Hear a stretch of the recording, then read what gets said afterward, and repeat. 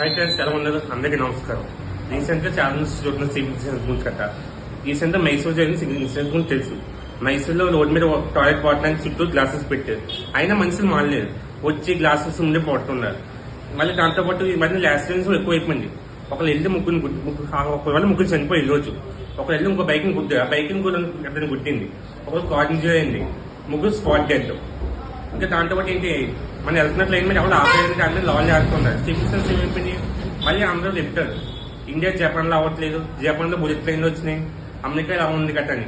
First మనకి civil insurance పాటించట్లేదు. మన చెత్త ఎక్కడ వెళ్తే అక్కడ పారేస్తున్నాం. డస్ట్బిన్ ఉన్న కానీ పక్కన ఇక్కడ పారేస్తున్నాం చెత్త గట్ట. ఒకరు పారేస్తుంది, ఇంకొకరు వాళ్ళు గట్టి తింటాం, మనం గట్టి తింటామా? మన చెత్త ఎప్పుడు డస్ట్బిన్ లో పారేది. మళ్ళీ ఇంకోటి ఏంటంటే ఏంటి, లాస్ట్ టైం చెప్పేది ఈ మధ్యన పొలాలు గట్ట మామూలు హైవే మీద మినిమం 40 వెళ్ళొచ్చు. లాస్ట్ టైం చూసి 150, 200. దానివల్ల మిగిలిన వాళ్ళు సఫర్ అవుతున్నారు. దానివల్ల సివిల్ ఇన్సూరెన్స్ లేకపోవడం వల్ల అది వచ్చి ఒక బండి గుద్దే వాళ్ళతో పాటు ఇంకో గుద్దిన కూడా సఫర్ అవుతారు. దానివల్ల చుట్టుపక్కల ఉన్న ప్రజలు కూడా సఫర్ అవుతున్నారు. రోడ్డు బ్లాక్ అయ్యి దాని పక్కన పబ్లిక్ ట్రాఫిక్ జామ్ అవుతుంది ఒక వ్యక్తి వల్ల. దీన్ని చెప్పింది ఏంటంటే బైక్ రోడ్ మీద minimum 40 charge speed. Over speed అనేది మనకి డేంజర్. అదే సివిల్ ఇన్సూరెన్స్ అంటే మనకి డస్ట్బిన్ వేస్ట్ కట్ ఉంటుంది, నన్ను డస్ట్బిన్ పాడింది. బయట ఎక్కడ న్యూసెన్స్ గా చేయకండి. అదే టాయిలెట్ కట్ట పక్కన వాష్రూమ్స్కి వెళ్ళండి. గవర్నమెంట్ వాష్రూమ్స్ కంటే బోర్డు ఉంటాయి అక్కడ. ఇవన్నీ పాటిస్తుంది. అప్పుడు ఇండియా డెవలప్ అవుద్ది.